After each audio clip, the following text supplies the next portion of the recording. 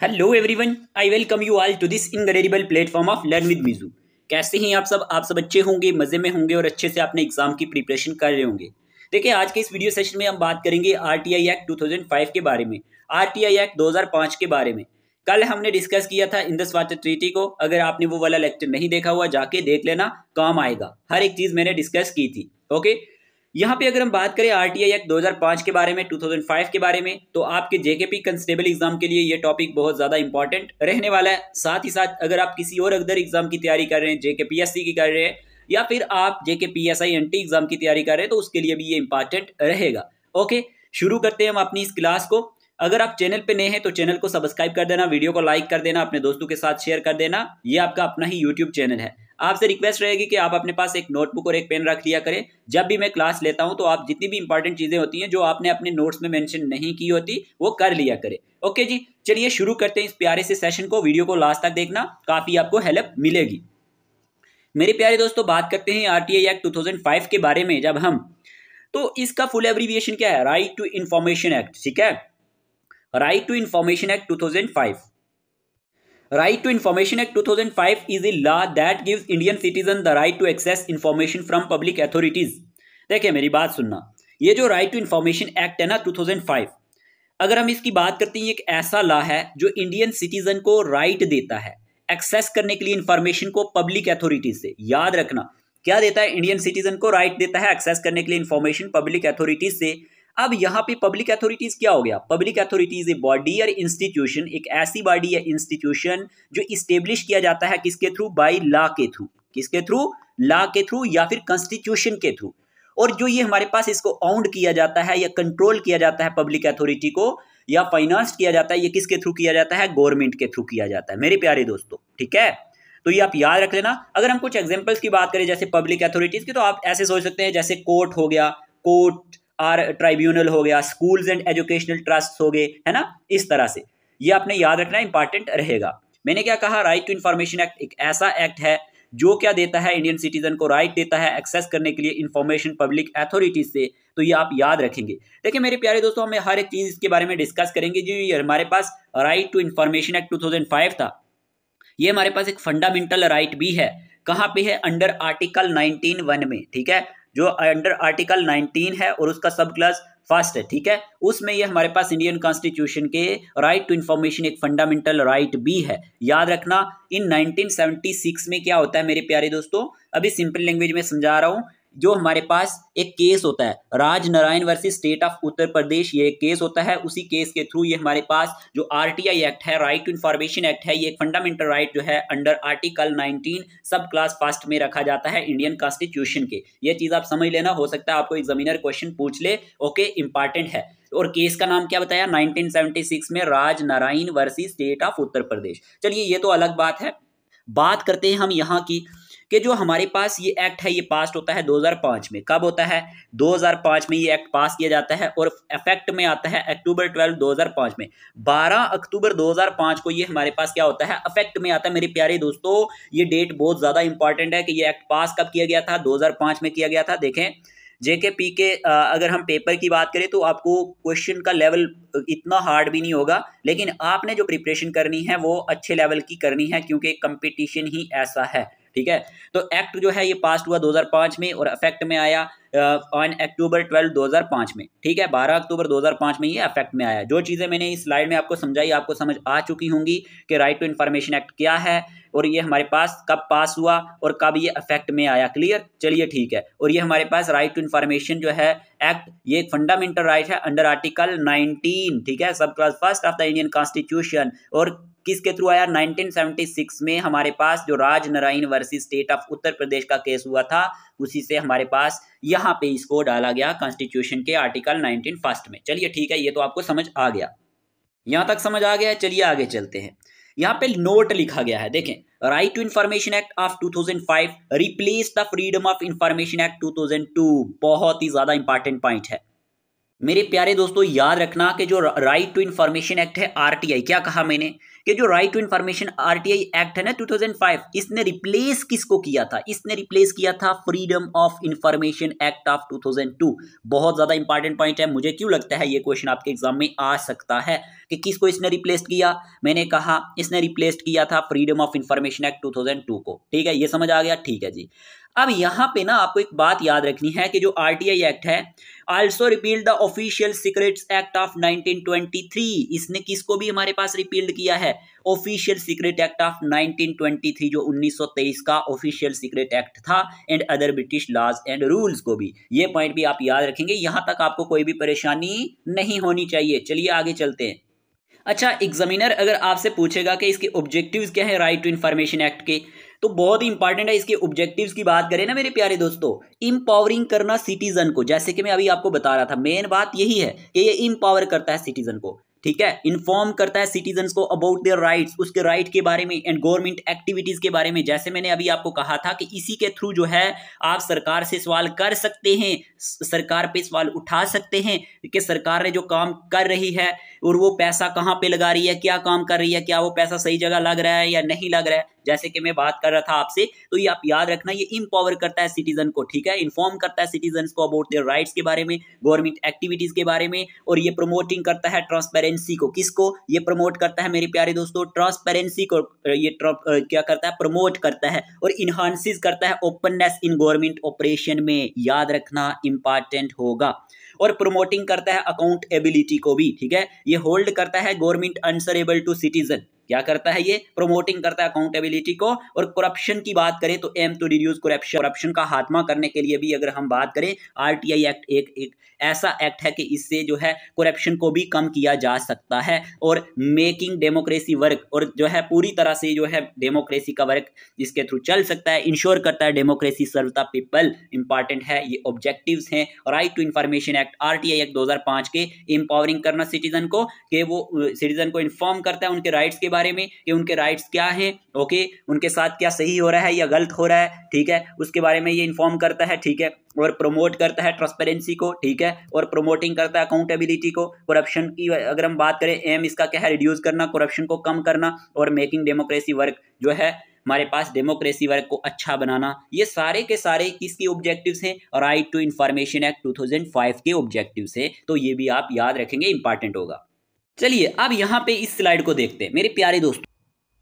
देखिए मेरे प्यारे दोस्तों, अब ये चीज समझनी है। The RTI act was the result of number of factors including. कौन कौन से फैक्टर इंक्लूड हैं इसमें? देखें, ग्रास रूट्स कैंपेन की बात करें अगर हम मेरे प्यारे दोस्तों, तो मजदूर किसान शक्ति संगठन MKSS started a grassroots campaign in 1994 to introduce the RTI। याद रखना, इंपॉर्टेंट है एग्जाम पॉइंट ऑफ व्यू से, कि जो मजदूर किसान शक्ति संगठन था, याद रखना इसके बारे में, इन्होंने स्टार्ट किया था एक ग्रास रूट कैंपेन 1994 में। ये डेट बहुत इंपॉर्टेंट हो जाती है आपके एग्जाम पॉइंट ऑफ व्यू से, और ये नाम बहुत इंपॉर्टेंट हो जाता है इस कैंपेन का। मजदूर किसान शक्ति संगठन MKSS started a grass root campaign in 1994 to introduce the RTI। ये लाइन आप याद रखेंगे। उसके बाद national campaign for people's RTI ये बनाया जाता है कब? 1996 में। और ये जो कैंपेन है ये फार्मुलेट करती है, किसको फार्मुलेटेड करती है? Initial draft of the RTI law. याद रखना, national campaign for people's RTI ये 1996 में बनाया जाता है, और ये जो कैंपेन है ये फार्मुलेट करती है initial draft of the RTI law. तो ये दोनों पॉइंट इंपॉर्टेंट हैं। उसके बाद अगर हम बात करते हैं अरुणा राय के बारे में, बहुत इंपॉर्टेंट नेम है, a former civil servant and cofounder of the MKSS। जैसे कि मैंने बताया आपको, MKSS क्या हो गया? मजदूर किसान शक्ति संगठन। तो ये हमारे पास जो है, मैंने यहाँ पे कहा अरुणा राय क्या है? एक फॉर्मर सिविल सर्वेंट हैं एंड को फाउंडर हैं मजदूर किसान शक्ति संगठन के। इनका बहुत ही बड़ा रोल है। क्यों? जो अरुणा रॉय थे was a driving force behind the movement that led to the RTI act. याद रखना, को फाउंडर के बारे में पूछेगा तो अरुणा रॉय इसका करेक्ट आंसर होगा, ये याद रखना। और MKSS की फुल एब्रीविएशन भी याद रखना, मजदूर किसान शक्ति संगठन, क्योंकि आपके सिलेबस में एब्रीविएशन भी दिया हुआ है। कोई भी एब्रीविएशन हो तो उसे कॉपी पे नोट कर लिया करो। ये चीजें समझ आ गई, ये स्लाइड समझ आ गई। मैंने क्या कहा? 1994 में देखे हमारे पास क्या होता है? ग्रास रूट कैंपेन चलाई जाती है जिसका नाम होता है मजदूर किसान शक्ति संगठन। ये स्टार्टेड होती है ग्रास रूट कैंपेन 1994 में। किसको इंट्रोड्यूस करने के लिए? RTI एक्ट को इंट्रोड्यूस करने के लिए। चलिए। फिर हमारे पास national comparison for people's RTI होता है, जो कब बनता है 1996 में बनता है। और ये जो कंपेरिजन है मेरे प्यारे दोस्तों, ये फॉर्मुलेट करती है initial draft of the RTI law. Okay, और फिर हमारे पास अरुणा राय क्या है, को फाउंडर है कहाँ के, मजदूर किसान शक्ति संगठन के, जिनका एक बहुत मेजर रोल था किसमें, यहाँ पे movement that led to the RTI act. याद रखना इस आरटीआई एक्ट के मूवमेंट में इनका बहुत बड़ा रोल है, और ये को फाउंडर भी है हमारे पास मजदूर किसान शक्ति संगठन के। तो याद रखना इंपॉर्टेंट होगा। ओके, चलिए आगे चलते हैं।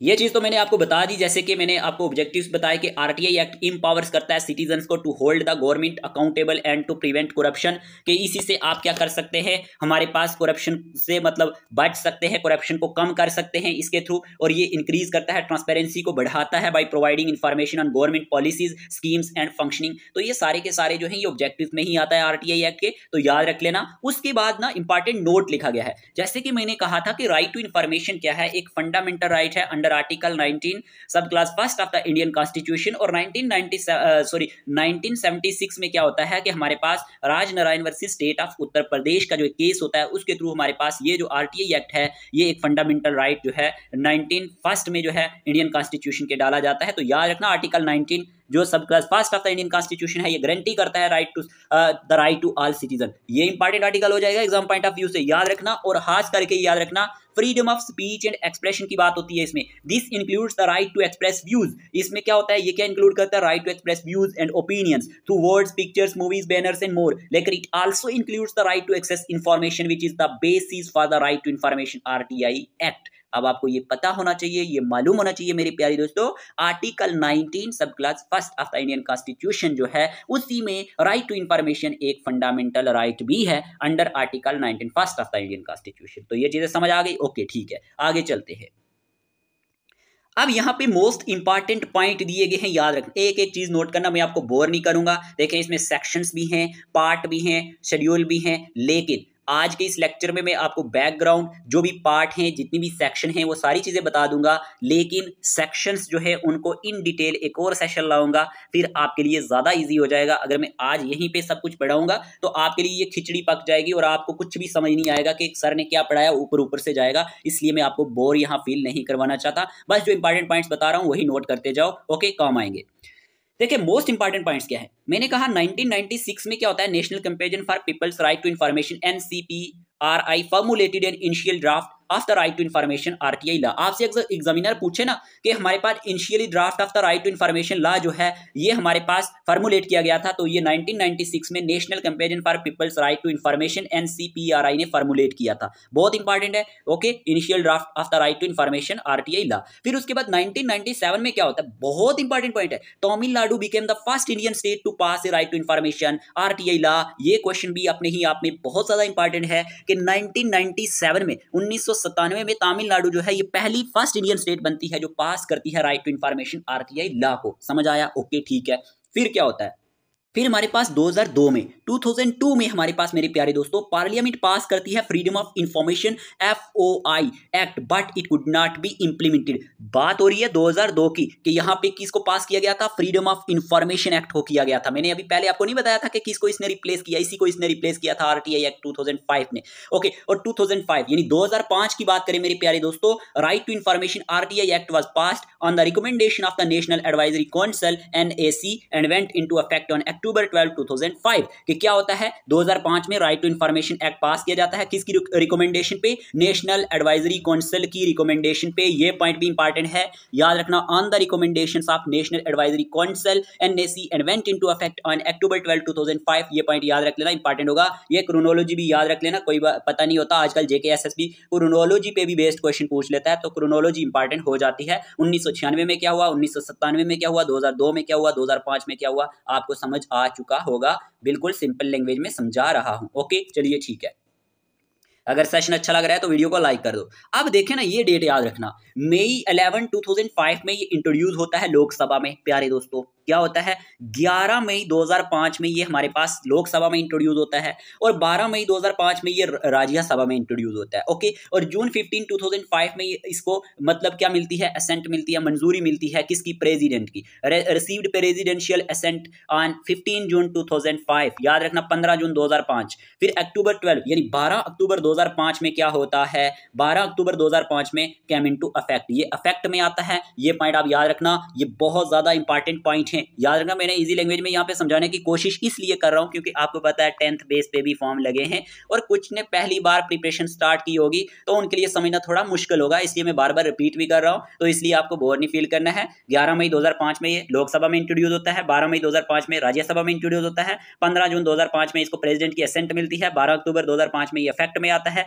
लेकिन first country to implement RTI, right to information act, सबसे पहला कंट्री जिसने ये इंप्लीमेंट किया था, जिसने ये स्टार्ट किया था तो लागू किया था, वो हमारे पास स्वीडन था। इंपॉर्टेंट है, एग्जाम पॉइंट ऑफ व्यू से नोट कर लो, ये भी इंपॉर्टेंट है। ओके चलिए ठीक है। और फर्स्ट आरटीआई फाइल जो किसने की थी, याद रखना, by Shahzad Raza to a police station in Pune. इनका नाम भी याद रखना क्या था, शहजाद रजा। कि पहली आरटीआई फाइल किसने की, तो वो हमारे पास शहजाद रजा ने की थी, पुणे पुलिस स्टेशन में। इंपॉर्टेंट होगा। इस स्लाइड में जितने भी मैंने पॉइंट्स आपको बताए ये सारे के सारे इंपॉर्टेंट थे। क्रोनोलॉजी बताई है, 1996 में क्या हुआ, 97 में क्या हुआ, 2002 में क्या हुआ, 2005 में क्या हुआ, इसी तरह से करते करते जितने भी इंपॉर्टेंट पॉइंट्स थे मैंने इसकी बैकग्राउंड के आपको समझा दिए। होप यहां तक आपको समझ आ चुका होगा। चलिए आगे चलते हैं। देखिए हमारा ऑफिशियल व्हाट्सएप ग्रुप नंबर ये है, कोई भी इंटरेस्टेड एस्पायरेंट हमारा पेड व्हाट्सएप ग्रुप ज्वाइन करना चाहे, जिसकी टोटल फी 499 रुपीज़ है। जेकेपी कंस्टेबल के काफ़ी सारे एस्पायरेंट हमारे साथ जुड़ चुके हैं। डेली लेक्चर्स के पीडीएफ, इससे पहले जितने भी लेक्चर्स हो गए हैं, कंप्यूटर की बात करें, इंग्लिश की बात करें, जो भी हमारे पास आपको नोट्स है ना वो मिल जाएंगे बड़े ही इजी लैंग्वेज में, जम्मू एंड कश्मीर जीके पे, इंडियन जीके पे। और जैसे ही ये आज लेक्चर हो रहा है इसका पीडीएफ भी आपको वहीं पे मिलेगा। आपके मॉक टेस्ट भी करवाए जाएंगे, आपकी प्रिपरेशन को अच्छा बनाया जाएगा। वैलिडिटी इसकी 2 ईयर है। आपका एग्जाम चाहे जल्दी खत्म हो जाएगा लेकिन फिर भी आप किसी और एग्जाम की तैयारी करेंगे तो आपको ये काम आता रहेगा। अगर आप NT, JKPSI, Jammu and Kashmir high court, junior assistant किसी भी एग्जाम की प्रिपरेशन कर रहे हैं, आप इस नंबर पे मैसेज डाल देना। ओके, और बोलना कि हमें पेड ग्रुप में ऐड कर दो, तो आपको ऐड कर दिया जाएगा। सिर्फ 499 रुपीज़ आपने पेमेंट देनी है। ओके, और आपको सभी नोट्स वगैरह भी मिल जाएंगे। चलिए ये बात तो अलग है, बाकी चलते हैं आगे क्या है। नेक्स्ट है हमारे पास मेरे प्यारे दोस्तों, यहाँ पे आपको ध्यान देना है, प्रेस काउंसिल ड्राफ्ट की बात करते हैं। Chairman of the press council of India justice PB Sawant, बहुत इंपॉर्टेंट पॉइंट है, थोड़ा सा ध्यान देना। यहाँ पे प्रेस काउंसिल ड्राफ्ट की बात करें तो चेयरमैन जो है प्रेस काउंसिल ऑफ इंडिया के जस्टिस पीबी सावंत की बात करें, इन्होंने क्या किया था, ड्राफ्ट किया था first major legislation on the freedom of right to information bill. याद रखना, जो राइट टू इंफॉर्मेशन एक्ट 2005 है, फर्स्ट जो हमारे पास क्या किया गया, ड्राफ्ट किया गया, drafted the first major legislation जो थी on the freedom of right पे टू इंफॉर्मेशन बिल, वो किसने की थी, यही इनका नाम याद रखना, जस्टिस पीबी सावंत का नाम याद रखना, इंपॉर्टेंट रहेगा। और जस्टिस पीबी सावंत ने इसमें एक की रोल प्ले किया था, इंपॉर्टेंट होगा, ये नाम याद रखना, इंपॉर्टेंट होगा कि फर्स्ट मेजर लेजिस्लेशन को किसने ड्राफ्ट किया था on the freedom of right to information bill, तो ये हमारे पास यही थे जस्टिस पीबी सावंत, इंपॉर्टेंट है। फिर सेंट्रल इंफॉर्मेशन कमीशन, बहुत इंपॉर्टेंट है ये, देखिए ये इंपॉर्टेंट हो जाता है, सेंट्रल इंफॉर्मेशन कमीशन CIC, इसकी फुल एब्रीविएशन भी याद रख लेना। इंपॉर्टेंट क्यों है, ये एक स्टैट्यूटरी बॉडी है और ये रिसीव करती है कंप्लेंट्स को, मेरी प्यारी दोस्तों, किसको, कंप्लेंट्स, जो भी आपकी कंप्लेंट्स होती हैं, अपील्स होती हैं, किसके related to the right to information act 2005। याद रखना मैंने क्या कहा कि सेंट्रल इंफॉर्मेशन कमीशन जो है ये एक स्टैट्यूटरी बॉडी है जो रिसीव करती है कंप्लेंट्स को, जितनी भी आपकी शिकायतें होती हैं, जो अपील्स दर्ज की जाती हैं, किसके related, right to information act 2005 के रिलेटेड। याद रखना इसका काम है कंप्लेंट को रिसीव करना, इंक्वायरीज को कंडक्ट करना, अपील्स को डिसाइड करना और रिकमेंडेशंस को बनाना और मॉनिटरिंग एंड रिपोर्टिंग करना, ये आप याद रखना, और इम्पोजिंग करना पेनल्टीज, ये सारे के सारे काम किसके हैं, सेंट्रल इंफॉर्मेशन कमीशन के हैं। मैंने क्या कहा, ये क्या है, एक स्टैट्यूटरी बॉडी है इंडिया में, इंपॉर्टेंट है। Establish under the right to information act 2005, ये किसके अंडर एस्टेब्लिश किया गया, under the right to information act 2005 के अंडर किया गया, इंपॉर्टेंट है। पर्पस क्या है इसका, पर्पस है एड्रेस करना, to address and act upon complaints from individuals regarding information request, जैसे कि मैंने आपको बता दिया। स्कोप ऑफ कंप्लेंट्स की बात करेंगे, यहां पे आपको ध्यान देना है, इंपॉर्टेंट है। देखिए मेरे प्यारे दोस्तों, आपको एक चीज पता होनी चाहिए, आरटीआई एक्ट में जो स्कोप ऑफ कंप्लेंट है ना, एक्चुअल में मैं आपको सेक्शंस भी पढ़ाऊंगा, लेकिन सेक्शन 18 में आता है, ये सेक्शन 18 में आता है, इंपॉर्टेंट है, और सब क्लास फर्स्ट में आता है, लेकिन ये बाद की बात है। लेकिन ये चीज समझ लो कि हमारे पास सेक्शन 18 जो है सब class first of the RTI act provides करता है grounds on which A complaint में बी फिल्ड। लेकिन यहाँ पे ये याद रखना है कि स्कोप ऑफ कंप्लेंट में क्या है। देखिए आपको ये पता होना चाहिए मेरे प्यारे दोस्तों कि यहाँ पे आपको क्या याद रखना है, complaints arise when individuals are unable to submit information request. ठीक है, तो ये आप ये याद रखना है कि इंडिविजुअल्स जो होगा वो क्या करेगा, individuals can file a complaint about the right to information act with the central information commission. किससे ये हमारे पास क्या करेगा, हमारे पास कंप्लेंट करेगा सेंट्रल इंफॉर्मेशन कमीशन से, CI से, या फिर स्टेट इंफॉर्मेशन कमीशन SIC से। ठीक है, क्या कहा मैंने कहा इंडिविजुअल जो हैं वो फाइल कर सकते हैं complaint right to information act के बारे में, किसे, सेंट्रल इंफॉर्मेशन कमीशन यानी CIC को, और हमारे पास स्टेट इंफॉर्मेशन कमीशन जिसे SIC कहते हैं। ठीक है, और कंप्लेंट जो होंगी वो आजकल जो है फाइल्ड होती हैं ऑनलाइन या फिर बाई मेल के थ्रू। ठीक है, तो ये आप याद रखेंगे, इंपॉर्टेंट होगा। लेकिन यहाँ पे क्या लिखा गया है कि कंप्लेंट्स अराइज होती हैं जब individuals are unable to submit information request to central public information officer CPIO, इसकी एब्रीविएशन याद रख लेना, और state public information officer SPIO, ये दोनों याद रख लेना, इंपॉर्टेंट होंगे। ओके, देखिए जो ये हमारे पास CPIO होता है ना, ये सेंट्रल पब्लिक इंफॉर्मेशन ऑफिसर होता है, और इसकी फुल एब्रीविएशन तो इंपॉर्टेंट है। ये रिस्पॉन्सिबल किसके लिए होता है, गिविंग इंफॉर्मेशन देने के लिए ये रिस्पॉन्सिबल होता है, giving information to a person. ठीक है, to a person who seeks information under the RTI act. तो ये आप याद रख लेना, इंपॉर्टेंट होगा। अब ये जो CPIO है ना, ये मस्ट प्रोवाइड करता है इंफॉर्मेशन लगभग विद इन 30 डेज, कितने दिनों के अंदर, 30 days of receiving a valid application. अगर इसके पास एक वैलिड एप्लीकेशन ये रिसीव करता है तो ये आपको इंफॉर्मेशन 30 दिन के अंदर ही देगा। अगर इंफॉर्मेशन जो है, if the information requested is about a person life और लाइबिलिटी है, तो CPIO जो है ये हमारे पास प्रोवाइड करेगा लगभग इसको 48 आवर्स के अंदर। तो ये आप याद रख लेना, इंपॉर्टेंट होगा। दो चीजें मैंने बताई कि CPIO मस्ट प्रोवाइड इंफॉर्मेशन, ये आपको प्रोवाइड करेगा इंफॉर्मेशन कितने दिनों के अंदर, 30 दिनों के अंदर, जब इसको एक वैलिड एप्लीकेशन रिसीव होती है। और अगर इंफॉर्मेशन जो है रिक्वेस्टेड किसके बारे में की गई है, पर्सन की लाइफ या फिर लाइबिलिटी के बारे में की गई है, तो जो CPIO होगा वो प्रोवाइड करेगा इसको 48 आवर्स के अंदर अंदर। ठीक है, इंपॉर्टेंट होगा। सेंटर में सेंट्रल पब्लिक इंफॉर्मेशन ऑफिसर होता है, और स्टेट में यहाँ पे स्टेट पब्लिक इंफॉर्मेशन। यहाँ पे याद रखना जो कमीशन है ये कंसिस्ट करता है 1 चीफ इंफॉर्मेशन कमिश्नर यानी CIC, याद रखना, और अप टू 10 इंफॉर्मेशन कमिश्नर। कितने इसमें, लगभग 10 जो हमारे पास होते हैं इंफॉर्मेशन कमिश्नर होते हैं। 1 चीफ इंफॉर्मेशन कमिश्नर होता है और अप टू 10 इंफॉर्मेशन कमिश्नर्स। लेकिन अपॉइंटमेंट प्रोसेस की बात करते हैं मेरे प्यारे दोस्तों, तो इसमें जो अपॉइंटमेंट है, अपॉइंटमेंट प्रेसिडेंट के थ्रू होती है, appointed by the president of India, important है। और बेस्ड किस पे होती है, रिकमेंडेशन फ्रॉम ए कमेटी, यानी प्राइम मिनिस्टर चेयरपर्सन होता है, लीडर ऑफ ओपोजिशन भी हो सकता है लोकसभा का, यूनियन कैबिनेट मिनिस्टर जो नॉमिनेट किया जाता है प्राइम मिनिस्टर के थ्रू। याद रखना अपॉइंटमेंट प्रोसेस में इन सब का रोल होता है, लेकिन जो प्रेसिडेंट है वो रिकमेंडेशन लेता है एक कमेटी से, जिसमें प्राइम मिनिस्टर आता है, लीडर ऑफ ओपोजिशन इन लोकसभा आते हैं, और यूनियन कैबिनेट मिनिस्टर आता है जो नॉमिनेट कौन करता है, प्राइम मिनिस्टर आता है। और note able chief information commissioner की याद रखना बात, दीपक संधू जो है वो 4th CIC है, और सुषमा सिंह जो है 5th CIC है, और oath of office for the CIC is administrated by the president of India, जैसे कि मैंने आपको बता दिया। ये ओथ भी जो होती है इसके बारे में, चीफ इंफॉर्मेशन कमिश्नर की जब हम बात करते हैं ये प्रेसिडेंट के थ्रू ही होती है। और सेंट्रल इंफॉर्मेशन कमीशन जो है वो आता है ministry of personnel public grievances and pension के अंडर। क्या कहा, सेंट्रल जो इंफॉर्मेशन कमीशन है CIC, ये किसके अंडर आता है, ministry of personnel public grievances and pension के अंडर आता है। और फर्स्ट चीफ इंफॉर्मेशन कमिश्नर कौन थे, वजाहत हबीबुल्ला थे। ये पॉइंट भी याद रखना, इंपॉर्टेंट रहेगा। The first chief information commissioner was Wajahat Habibullah, important है। Okay, new chief information commissioner of India कौन है, हीरालाल समारिया, इंपॉर्टेंट होगा कि जो हमारे पास न्यू चीफ इंफॉर्मेशन कमिश्नर है इंडिया के अभी कौन है, हीरालाल समारिया, इंपॉर्टेंट होगा एग्जाम पॉइंट ऑफ व्यू से। याद रखना note, the first chief information commissioner was वजाहत हबीबुल्ला, जैसे कि मैंने आपको बता दिया। अब यहाँ पे इंपॉर्टेंट एक चीज याद रखना, देखिए यहाँ पे क्या लिखा गया है, इफ द PIO क्या हो गया, public information officer, fails to respond to an RTI application. ध्यान से समझना कि अगर PIO जो है वो फेल हो जाता है रिस्पॉन्ड करने में एक RTI एप्लीकेशन को, देन इंफॉर्मेशन जो हमारे पास कमीशन है वो इम्पोज करता है। क्या कहा, सेंट्रल इंफॉर्मेशन जो हमारे पास कमीशन होगा CIC, ठीक है, वो क्या करेगा, या फिर स्टेट इन्फॉर्मेशन कमीशन SIC जिसके बारे में मैं अभी आपको बता रहा था, ये इंपोज कर सकता है एक पेनल्टी किसकी, RS 250 रुपीज की, ठीक है, 250 रुपीज पर डे। और टोटल पेनल्टी जो होगी इसमें वो कितनी होगी, कैन नॉट एक्सीड RS 25,000। ये भी आप याद रख लेना, इंपॉर्टेंट होगा। और पेनल्टी RS 250 पर डे है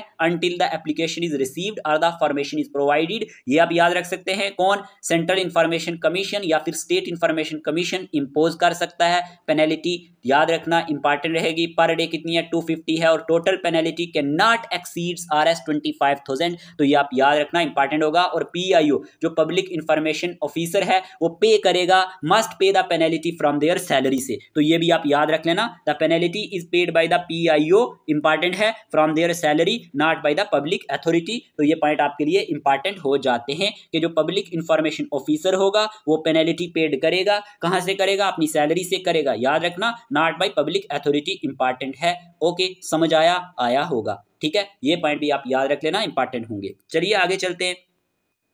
अब लिखा गया ऑब्जेक्टिव्स मैंने आपको पढ़ा दिए, ये याद रखना। RTI act mandates timely responses from government agencies, ठीक है। स्टैंडर्ड रिस्पॉन्स टाइम मैंने आपको बता दिया था 30 डेज होते हैं, और response time reduce to 48 hours for information regarding life और लाइबर्टी, कि अगर कोई इन्फॉर्मेशन किसके रिलेटेड है, लाइफ या लाइबर्टी के रिलेटेड है, तो रिस्पॉन्स टाइम कम करके 48 आवर्स किया जाता है।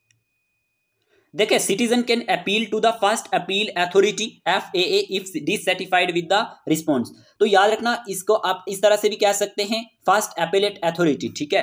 होता क्या है, ये एक ऑफिसर होता है, ठीक है, with in a public authority के अंदर। पब्लिक अथॉरिटी मैंने आपको शुरू में समझा दिया था, ये हैंडल्स किसको करता है, अपील्स को हैंडल करता है, अगेंस्ट किसके अगेंस्ट, जो डिसीजन होते हैं एक पब्लिक इंफॉर्मेशन ऑफिसर के अगेंस्ट, ठीक है। तो याद रखना इंपॉर्टेंट होगा, ये FAA भी एक सीनियर इन रैंक होता है टू द PIO के, तो इंपॉर्टेंट होगा जो मैंने आपको यहाँ पे बता दिया। RTI act mandates timely response from government agencies, इसमें स्टैंडर्ड रिस्पॉन्स टाइम 30 डेज होता है, और रिस्पॉन्स टाइम रिड्यूस किया जाता है 48 आवर्स फॉर इन्फॉर्मेशन जो रिगार्ड किसके रिलेटेड होती है, लाइफ और लाइबर्टी के रिलेटेड होती है। और citizen can appeal to the first appeal authority या फिर appellate authority if dissatisfied with the response. और मैंने बता दिया फर्स्ट अपील अथॉरिटी यानी फर्स्ट अपीलेट अथॉरिटी क्या है, ये हमारे पास एक ऑफिसर होता है पब्लिक अथॉरिटी में जो हैंडल्स करता है अपील्स को against the decision of a public information officer. तो ये आप याद रख लेना, इंपॉर्टेंट होगा।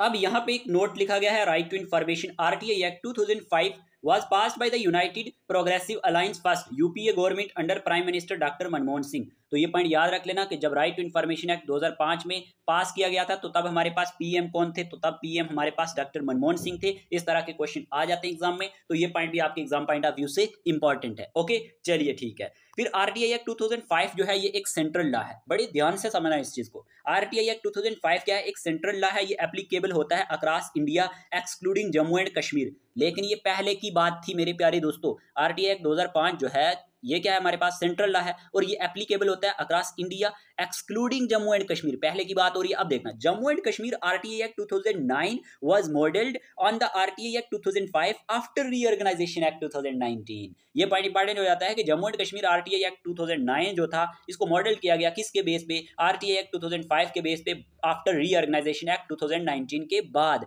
और अब क्या है, सेंट्रल RTI जो है right to information act applicable है जम्मू एंड कश्मीर में भी और लद्दाख में भी। तो ये आप याद रख लेना, जम्मू एंड कश्मीर और लद्दाख में भी अब ये एप्लीकेबल है central RTI act. Okay, right to information act 2005। तो ये आप याद रख लेना, इंपॉर्टेंट होगा आपके एग्जाम पॉइंट ऑफ व्यू से। चलिए आगे चलते हैं। अब right to information amendment act 2019 आता है, ये भी अपने ही आप में इंपॉर्टेंट है।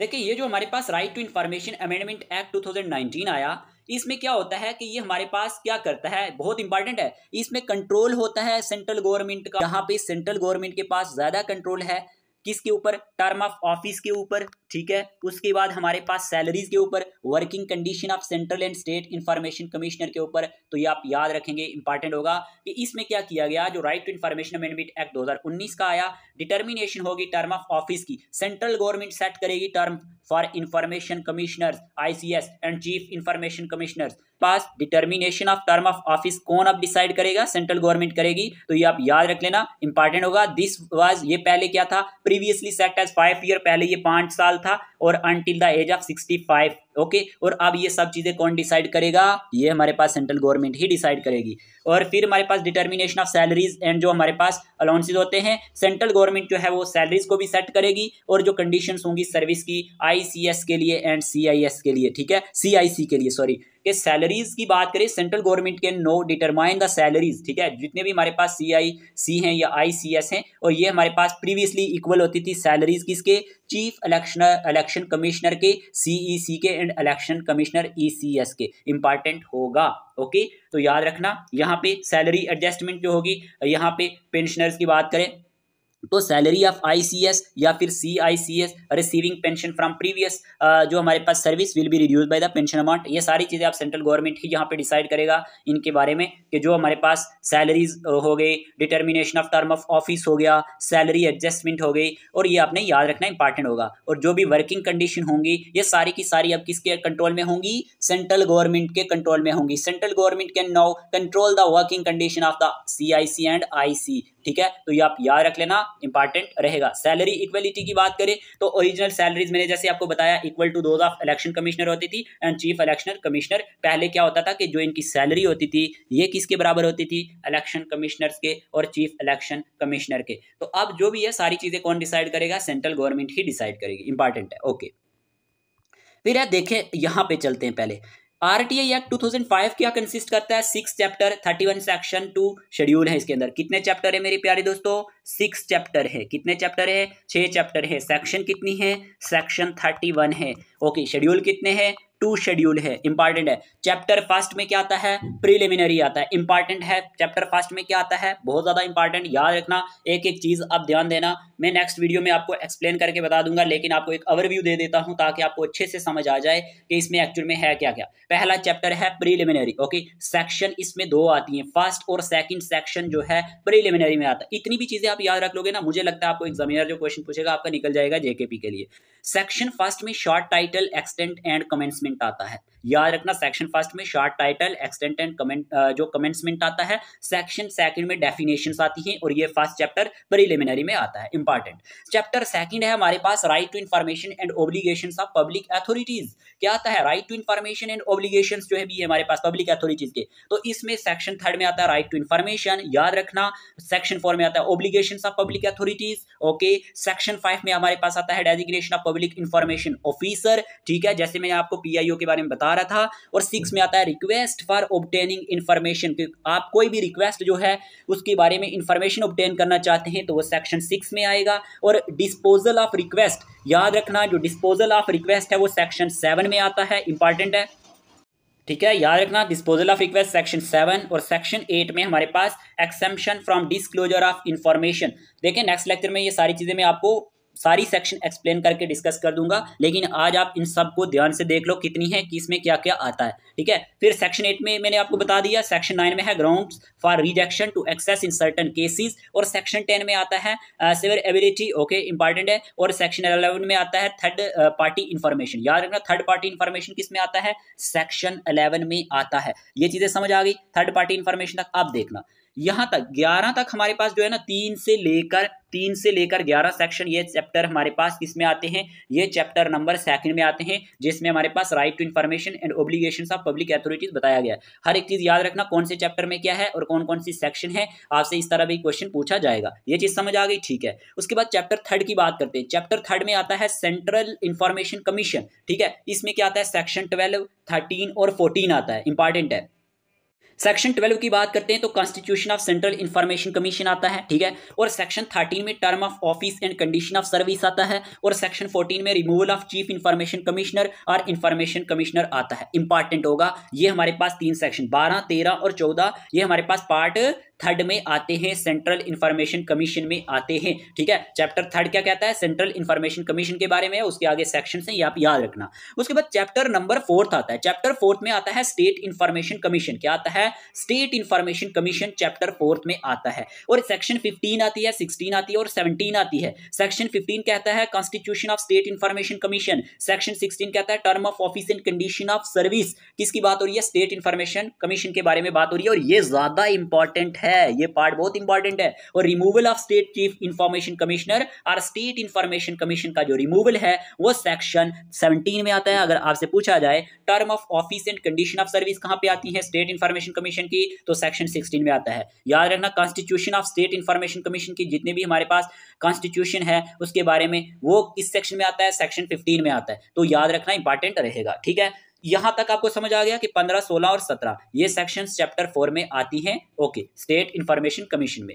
चलिए, उसके बाद आ जाता है चैप्टर 5। चैप्टर 5 क्या है, powers and functions of the information commission, appeal and penalties. याद रखना, चैप्टर 5 में ये चीजें आती हैं, power and functions of the information commission, appeal and penalties. अब देखें, सेक्शन 18 क्या कहता है, power and functions of information commission के जितने भी पावर और फंक्शन है इंफॉर्मेशन कमीशन के वो सेक्शन 18 में आता है। इंपॉर्टेंट सेक्शन है बहुत ज्यादा। और सेक्शन 19 बहुत इंपॉर्टेंट है अपील के लिए, जो सेक्शन है ना वो सेक्शन 19 है, one of the most important section. और सेक्शन 20 पेनल्टीज के बारे में आती है। याद रखना हमारे पास प्यारे दोस्तों, यहां पे सेक्शन 18, 19, 20 ये हमारे पास चैप्टर 5 के अंडर आते हैं, इंपॉर्टेंट होगा। चलिए आगे चलते हैं। फिर हमारे पास आ जाता है चैप्टर 6 मिसलेनियस की बात करें अगर हम यहां पे, तो सेक्शन 21 से लेकर सेक्शन 31 तक इसमें आता है। सेक्शन 21 क्या कहता है, protection of action taken in good faith. ठीक है, ये सेक्शन 21 कहता है। सेक्शन 22 में क्या आता है, act to have overriding effect. Okay, section 23 bar of jurisdiction of court आता है, ये भी इंपॉर्टेंट है। और सेक्शन 24 कहता है act not to apply to certain organisation. Section 24 में आता है कि ये जो एक्ट है not to apply to certain organisation. Section 25 आता है मॉनिटरिंग एंड रिपोर्टिंग। सेक्शन 25 में आता है। सेक्शन 26 में appropriate government to prepare programmes आता है। और सेक्शन 27 में power to make rules by appropriate government, ये सेक्शन भी बहुत इंपॉर्टेंट है, 27 में ये आता है। सेक्शन 28 में आता है power to make rules by competent authority. और सेक्शन 29 में आता है लेइंग ऑफ रूल्स। और सेक्शन 30 में आता है पावर टू रिमूव डिफिकल्टीज। और सेक्शन 31 में रिपील आता है। इंपॉर्टेंट है, समझ आ चुका होगा कि सेक्शन जो हमारे पास चैप्टर 6 है उसमें 21 से लेकर 31 के बीच में हमारे पास सेक्शंस आती हैं। ओके, समझ आ चुका है, आ गया होगा। ये मैंने सेक्शंस का ओवरव्यू और आपको चैप्टर्स का ओवरव्यू दे दिया। और उसके बाद मैंने आपको शेड्यूल की बात बता देता हूं। शेड्यूल इसमें कितने हैं, 2। ठीक है, जैसे कि यहां पे मैं आपको बता देता हूं, एक सेकंड, ये मैं आपको बता देता हूं। फर्स्ट शेड्यूल की बात करें तो फर्स्ट शेड्यूल क्या कहता है, देखें समझने की कोशिश करना। फर्स्ट शेड्यूल की बात जब भी होती है तो मेरे प्यारे दोस्तों, एक सेकंड, ये बात करता है फॉर्म ऑफ ओथ और एफर्मेशन की। ठीक है, इंपॉर्टेंट है, याद रखना कि जो भी हमारे पास फॉर्म ऑफ ओथ और affirmation to be made by the chief information commissioner होगा वो हमारे पास फर्स्ट शेड्यूल में आएगा। ओके, और ये हम जब डिस्कस करेंगे तो सेक्शन 13 जो है उसका सब क्लास 3 और सेक्शन 16 सब क्लास 3 में ये चीज़ें लिखी गई हैं और वहीं पे ये आती हैं। तो इंपॉर्टेंट हो जाता है फर्स्ट शेड्यूल के बारे में, फॉर्म ऑफ ओथ और affirmation to be made by the chief information commissioner. समझ आ गया, ओके। और जो सेकंड शेड्यूल है ना, ये हमारे पास किसकी बात करता है, ये भी इंपॉर्टेंट है। इसमें याद रखना सेकंड शेड्यूल के अंदर सेक्शन 24 के जो बात करेंगे ना, जब हम एक्सप्लेन करेंगे तो सेक्शन 24 में ही जो सेकंड शेड्यूल के बारे में दिया गया है, फॉर्म जो है हमारे पास इंटेलिजेंस एंड सिक्योरिटी ऑर्गेनाइजेशन जो भी एस्टेब्लिश की जाती है बाय द सेंट्रल गवर्नमेंट के through, intelligence and security organisation जो भी एस्टेब्लिश की जाती है सेंट्रल गवर्नमेंट के थ्रू, वो शेड्यूल सेकंड में आता है। तो याद रखना शेड्यूल सेकंड में ये चीजें आती हैं। और सेक्शन 24 में जैसे कि आपसे बात कर रहा था, देखें सेक्शन 24 में भी हमारे पास शेड्यूल सेकंड का बताया गया है। इंपॉर्टेंट है, याद रखना है। इसमें act not to apply to certain organisation, जैसे कि मैंने आपको बताया था 24 सेक्शन में आता है कि जो एक्ट हैं वो नहीं अप्लाई होंगे कुछ ऑर्गेनाइजेशन पे, तो वो ही हमारे पास सेकंड शेड्यूल की बात कर रहा है। तो इसमें आपको समझ आ चुका होगा कि इसमें कितने पार्ट हैं, मैंने बता दिए, टोटल पार्ट 6। Okay, section 31। और मैंने ये भी बता दिया प्यारे दोस्तों इसमें शेड्यूल कितने आते हैं, 2। अब आपको इसमें कोई कंफ्यूजन नहीं होनी चाहिए, यहाँ तक जो चीज़ें मैंने आपको बताई हैं तो होप आपको ये सेशन आज का अच्छा लगा होगा। अगर सेशन अच्छा लगा है तो कमेंट बॉक्स में जरूर बताना, हम ऐसे ही आपके लिए लेक्चर्स लाते रहेंगे। बाकी पीडीएफ वगैरह के लिए मैंने आपको बता दिया है, तो आप हमें व्हाट्सएप पे मैसेज कर सकते हैं। जो बाकी पोर्शन रहा है कि हमारे पास सेक्शंस इन डिटेल, वो मैं अलग से आपके लिए टॉपिक लाऊंगा, क्योंकि उस लेक्चर में आपको सही से समझ आएगी। अगर मैं यहाँ पे पढ़ाना शुरू कर दूंगा तो आपके लिए मुश्किल हो जाएगा। जितनी इंपॉर्टेंट चीजें थी वो मैंने इसके बारे में बता दी। पहले तो क्वेश्चन आपको 100% इसी टॉपिक में से आएगा। ओके, आज के इस वीडियो सेशन में इतना ही रखते हैं, मिलते हैं एक नए लेक्चर के साथ। तब तक के लिए टेक केयर ऑफ योरसेल्फ।